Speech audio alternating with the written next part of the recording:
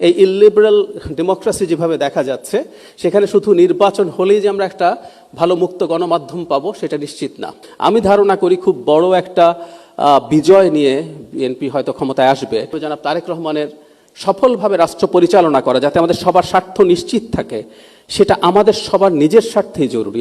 খুব বেশি কিছু বলার নেই আসলে। মানে আমরা এই 17 বছরে যে জার্নি দেখেছি, সেটা পরবর্তীতে আমাদের কি করা দরকার। আমরা প্রায় ফ্যাসিবাদ এবং অন্যান্য সমস্যার কথা বলি, কিন্তু পৃথিবীতে একটা নতুন ফেনোমেনন তৈরি হয়েছে, সেটা হচ্ছে ডেমোক্রেসি আছে কিন্তু এটা ইলিবারাল ডেমোক্রেসি। এরকম একটা টার্ম তৈরি হয়ে গেছে এখন পুরোপুরি। এই টার্মটা প্রথম ব্যবহার করেন আমার জানা মতে ভিক্টর অরবান, হাঙ্গেরির প্রধানমন্ত্রী বা প্রেসিডেন্ট, আই ফরগট। গণতান্ত্রিক ব্যবস্থার মধ্যেই এখন সংবাদপত্রের ওপর অপারেশন শুরু হয়েছে।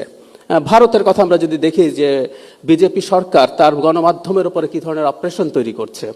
ভারতের প্রেস ফ্রিডম ইন্ডেক্সে অবস্থান এখন 151, অথচ আমরা একসময় দেশটাকে গণতান্ত্রিক বলে জানতাম। সো আমাদের সামনে কিন্তু এই চ্যালেঞ্জটা আছে, আমি এটা বলতে চাই।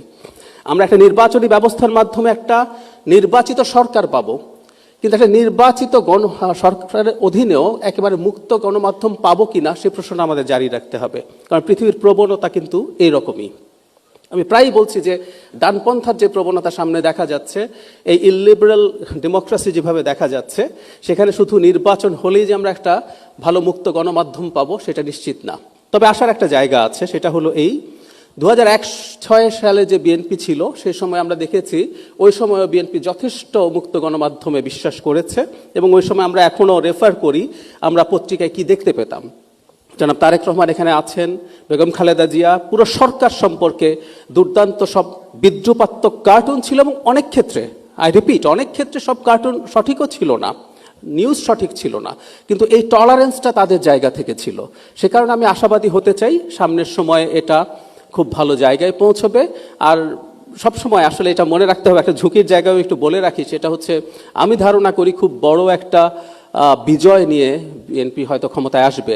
সো এই বিজয়ের কতগুলো ঝুঁকি থাকে। এই ঝুঁকিগুলো হচ্ছে এই, যখন বিরোধীরা যথেষ্ট শক্তিশালী থাকে না, তখন সরকারকে চাপে রাখা, সরকারের ভুল ধরিয়ে দেওয়ার জন্য আমি মনে করি সংবাদপত্রের ভূমিকা অতীতের যে কোনো সময়ের চাইতে ভবিষ্যতে বেশি হবে। সিভিল সোসাইটির ভূমিকা যে কোনো সময়ের চাইতে ভবিষ্যতে বেশি হবে।